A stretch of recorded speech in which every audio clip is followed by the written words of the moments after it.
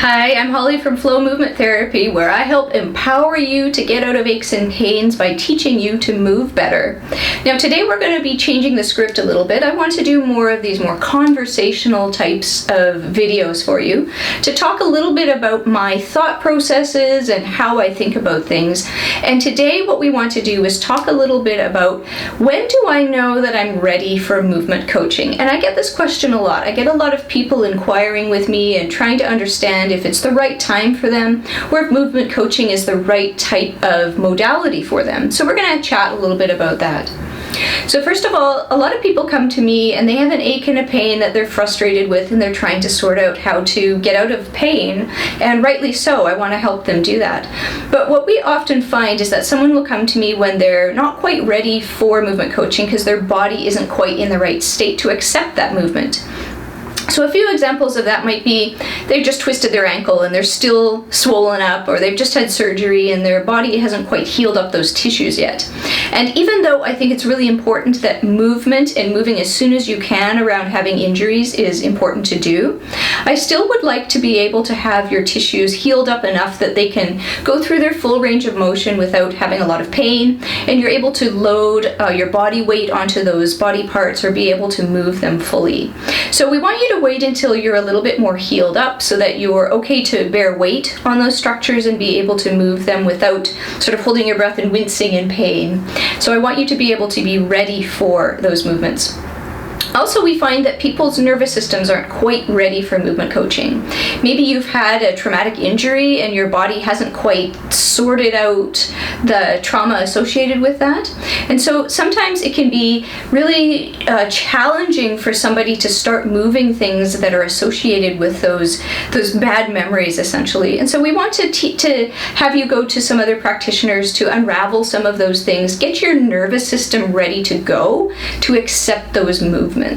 So I often have people come in and right away they just want to run from the room because their nervous system is not ready to accept what we're trying to do. And even though I'm very attuned with you and help you through with cueing and checking in and making sure everything is in a safe space for your nervous system, sometimes your nervous system just isn't in the right place for that yet. So we can have a discussion about that. You can chat with me to see if you're ready for that. But sometimes we just need to make sure that your body is prepared for what we're going to do, or we can more slowly introduce these things and back off a little bit as your body gets used to what it is that we're asking it to do. Another group of people that come to see me that may not be ready for movement coaching are people that aren't really prepared to do what it takes to do the exercises at home. So what we're doing together are really small, tiny little, subtle, gentle movements together. And they're really little things that take attention, that you have to be able to check in and notice your body and be able to be ready to move little things, but also be able to do those exercises on your own.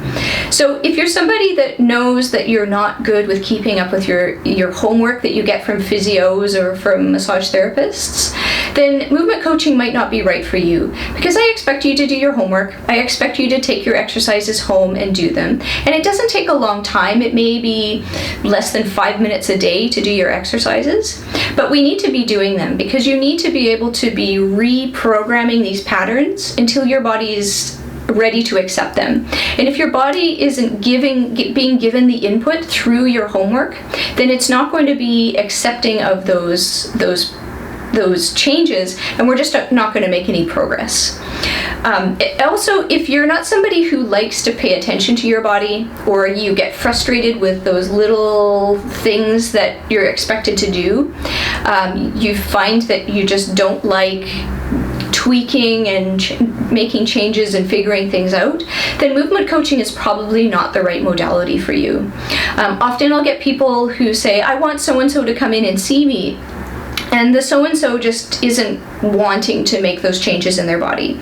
So if you're that kind of person that just doesn't want to make those changes, doesn't want to do their homework, doesn't want to commit to the process of how long, being patient and how long it's going to take to make those changes, then it may be that movement coaching just isn't right for you. So we went over a few things today of movement coaching and whether it's right for you or not. Just some quick things that I can think of that I've encountered for people that inquire and see whether this is right for you.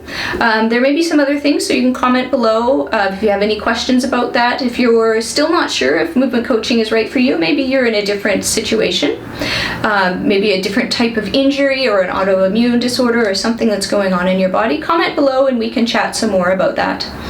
Be happy to help you, and the purpose of my channel is just to help people find the right thing for them to be able to get themselves out of aches and pains. So thanks for watching, and we'll see you next time. Hey, if you like my content, 3 easy ways to support my channel. The first one is to like the video so that more people get shown my content. The second way is to subscribe, because then more people get to see my content. And if you like what I have to say, comment below and I will do my best to make videos to support what you need. Thank you.